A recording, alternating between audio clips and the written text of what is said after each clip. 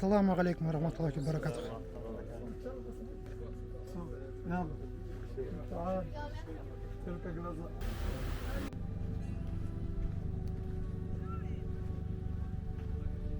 А это что за горы? Как называется? Джалина Газаля Джалини.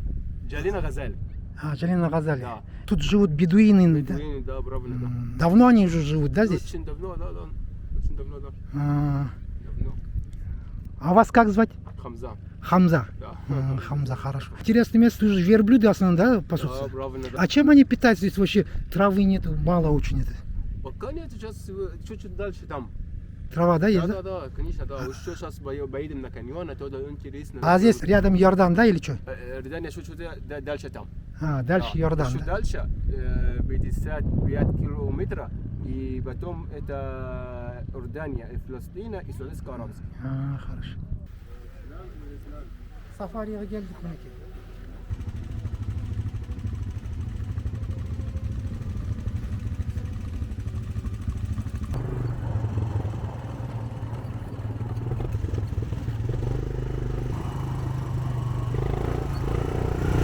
Керемет ощущение, адреналин екен. Мына сафари құмды жер екен. Мына екі жағында Синай таулары. Синай түбегінің шөлді даласындағы Жалина Газали каньондары Акаба шығанағындағы Нувейбе портынан 35 шақырым жерде орналасқан. Ал Шарм-эль-Шейхтен 150 шақырымнан астам жерде орналасқан. Бұл шамамен 3 сағаттық жол. Бұл каньонға апаратын жол Дахаб және Нувейбе қалалары арқылы өтеді. Каньон шамамен 5 миллион жыл бұрын болған жер сілкінісінен пайда болды. Ол ежелгі теңіз түбіндегі жарылған жартастардың негізінде пайда болды. Оның негізі құмтас болып келеді.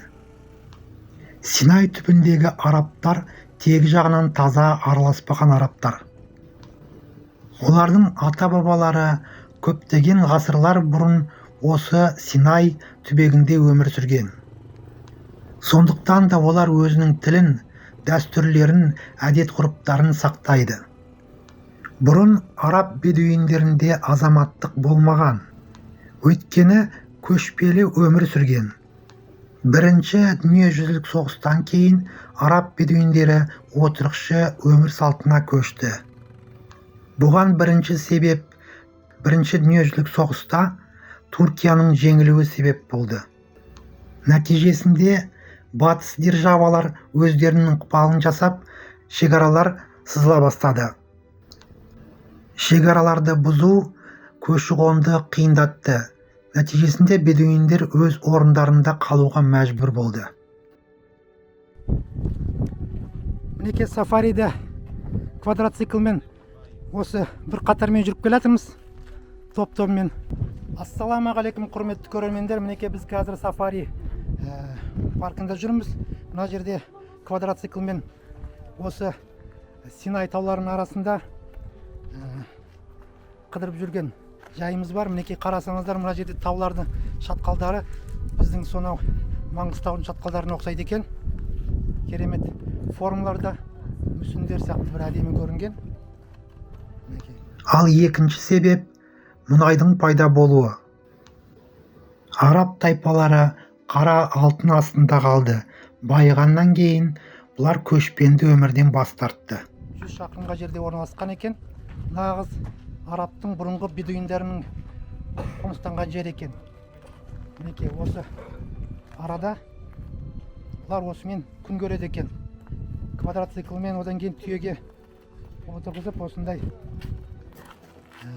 күн көріспен айналысады екен. Мінеке артымызда қарап отырсаңыздар, мінеке әдемі тау шатқалдары.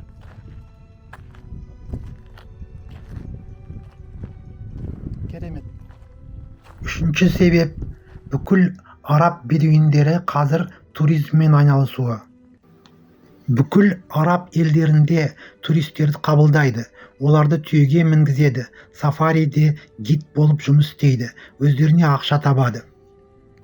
Сондықтан да араб бедуиндердің өмірі бұрынғыға қарағанда әлде қайда жеңіл. Жалғыз нәрсе олар шөлден еш ажырамайды. Олар үшін шөл табиғи отан, таныс аймақ.